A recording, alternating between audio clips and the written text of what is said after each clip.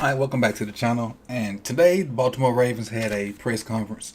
Not gonna stay long. I'm just gonna kind of give you my notes because I know everybody can't get a chance to go back and look at the press conference or don't have the time. So obviously, OTAs got in the way yesterday, and we had a bunch of guys that were able to speak to the media after practice. There was Harbaugh, Mark Andrews, Daffy Owe, and Marlon Humphreys. So I'm really just going to read the kind of notes I got and make it quick. Won't be here long, but I appreciate everybody that's tuned in so far.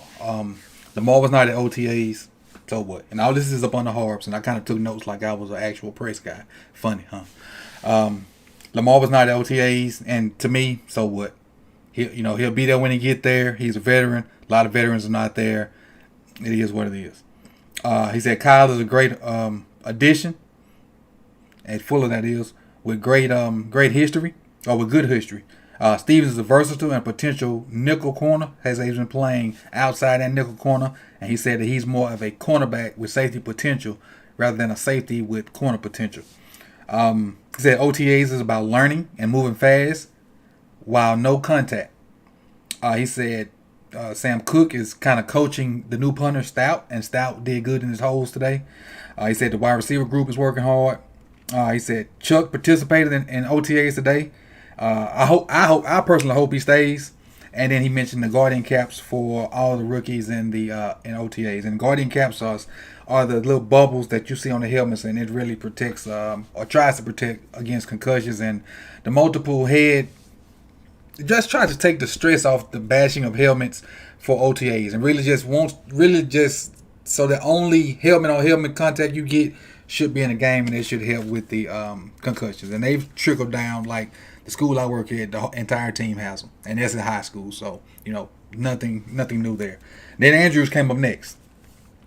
What I wondered was, and has nothing to do with the press conference, is what was that patch on his jersey? It's like a guy flexing and some other stuff. If y'all know what that patch was on Andrews' jersey, please put it in the comment section below. He says he talked to Lamar on the regular. They asked him why he was here, because he considered a veteran now. He says he loves football, so he come to OTAs. He says he loves the vibe with his teammates, the coaches, and whatnot.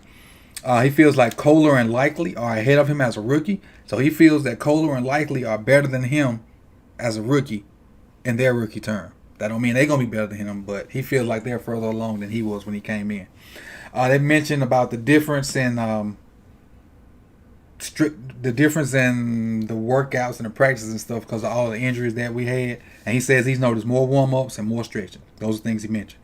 He also mentioned that Nick Boyle was in Arizona with him during the offseason, and they did a lot of work together, and he says Nick looks like a different person right now. And that was all for Andrews. Moving on to Owe. Owe, they started off asking about Ajabu, obviously, and he said he's happy to have Ajabu on the team. Still rehabbing his shoulder, but he did say he feel good and he hoped to get out there soon.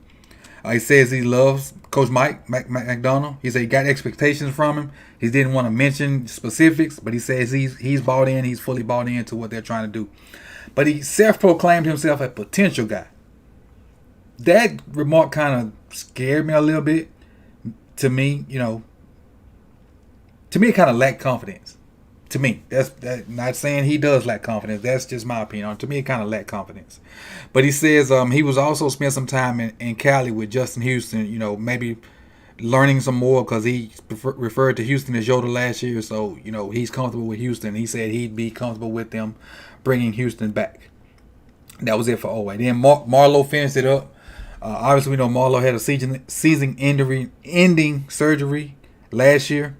And he actually practiced today. Says it felt good to practice. He's thankful. They asked him, why would he show up for OTAs with him being a vet also? He said, I get paid good, so I'm going to show up. And he elaborated a little more on it, but that's the gist of it. He said it's never too early to start developing chemistry with the team. That's one of the reasons he show up. He also mentioned how many smart guys they have in the backfield, the defensive backfield. Chuck, Kyle, Chuck, Kyle, and Marcus. He says, so maybe with all those smart guys back there, he can just play ball and go back to making plays. He says he's excited to play for Coach Mike McDonald. He mentioned flexibility.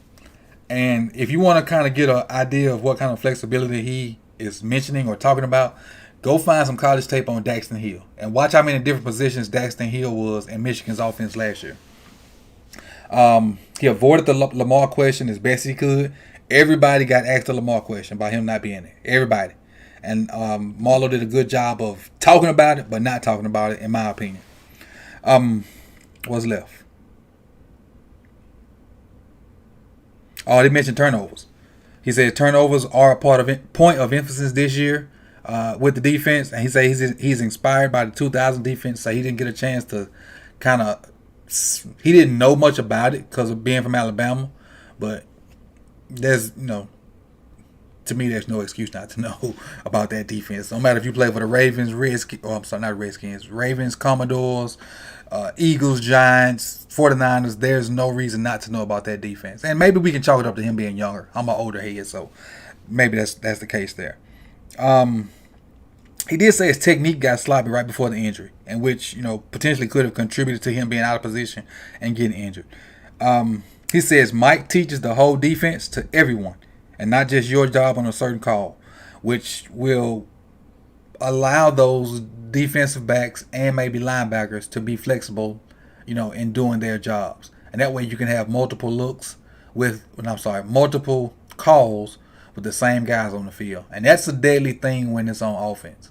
So I imagine it can be even more deadly on defense.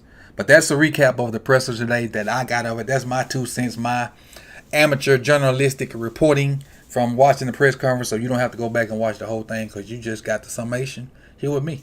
I appreciate you guys that tuned in live. 76, Raven 76 B More, Tim, Danity, C Iron, Runix. I appreciate you guys for tuning in, and whoever else is in the chat box. And like, comment, subscribe, man. And make sure you hit the reminder for the video tonight talking about Greg Roman's vault.